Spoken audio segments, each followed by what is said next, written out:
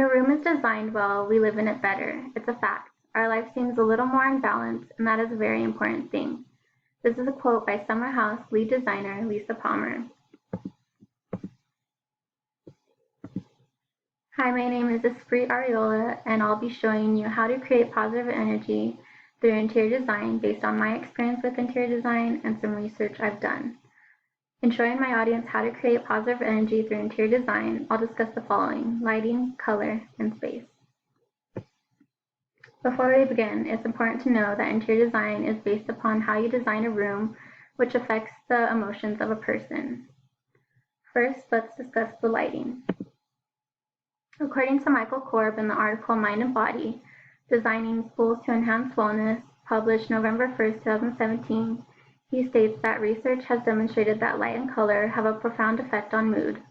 Improving artificial light can help offset problems that trigger unhelpful responses. The flicker of a fluorescent bulb may induce headaches, even migraines. LED lights and the introduction of natural light can ease these problems. Daylighting has a healing benefit in hospital settings. An awareness of the biorhythmic nature of the day, of the sun rising and setting, improves moods. I've experienced this myself with lighting. Certain lights can cause me to have a headache after a while, but what ultimately helps solve this problem is the use of more natural lighting from outside. Therefore, the first thing you can do to create positive energy in a room is to have natural lighting. Some ways you can do that is by changing up the doors, replacing a solid door for one with windows. Even a simple window at the top can help. Use your existing windows, opening the curtains or blinds, using sheer curtains if you need to, moving furniture out of the way that's blocking the light from coming in, and even getting windows that have thinner frames to help the light come in more. You can trade walls for windows. So instead of having a solid wall, you can use one like one in the picture, which has a sliding glass door. You can use mirrors to help reflect the existing natural light from outside, and that'll help make the room appear a little bigger.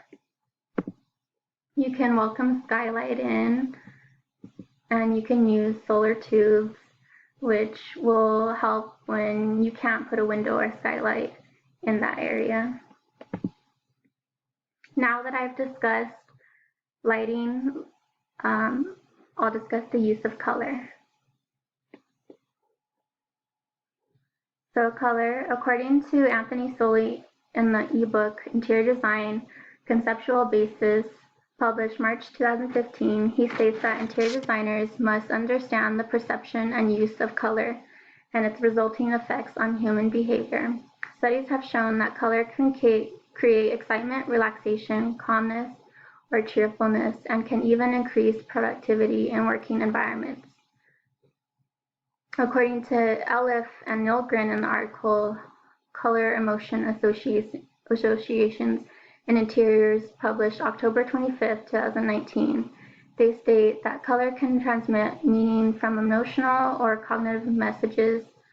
Some reactions to color are inborn, intuitive, and universal to everyone, while others lay in the body of learned associations that are dependent both on the realities known to everyone and to meanings learned with a particular society in a particular time and place.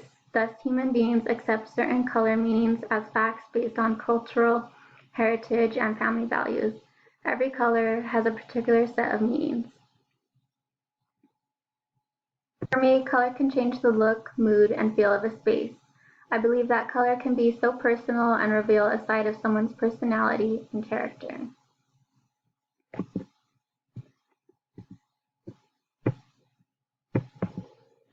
So here are the colors and what they have different meanings for. So red is passion, love, anger, and danger. Orange is playful, happy, fun, and youthful. Yellow is energizing and cheerful.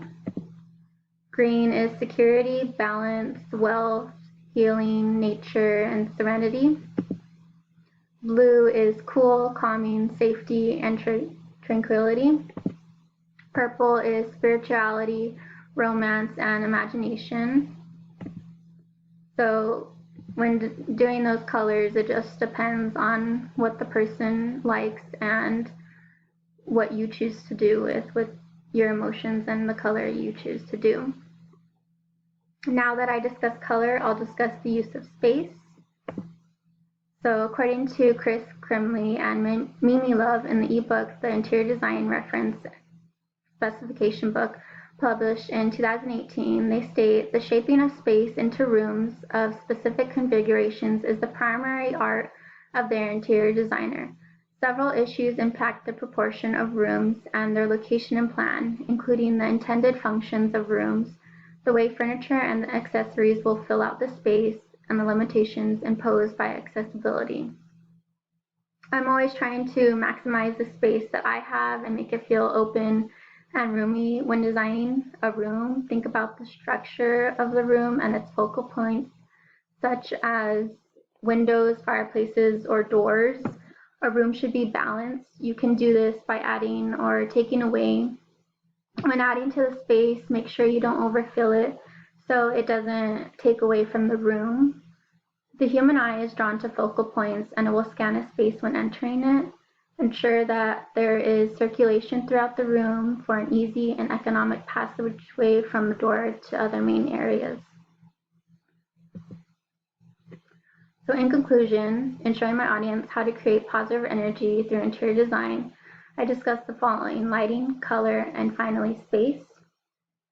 Here's a quote by Lauren Jo Home that I think fits perfect. The space you live in and the things you surround yourself with directly influence your life. Interior design allows me to change something so simple as a room into something beautiful, warm, and loving with simply different decor and designs. Anything can be changed. My room has never been the same. I feel like our life outside is continually changing, so coming home to the same room should change as well. It would be boring if everything outside, inside stayed the same, so I believe your home should be a happy place and make you smile each time you enter it.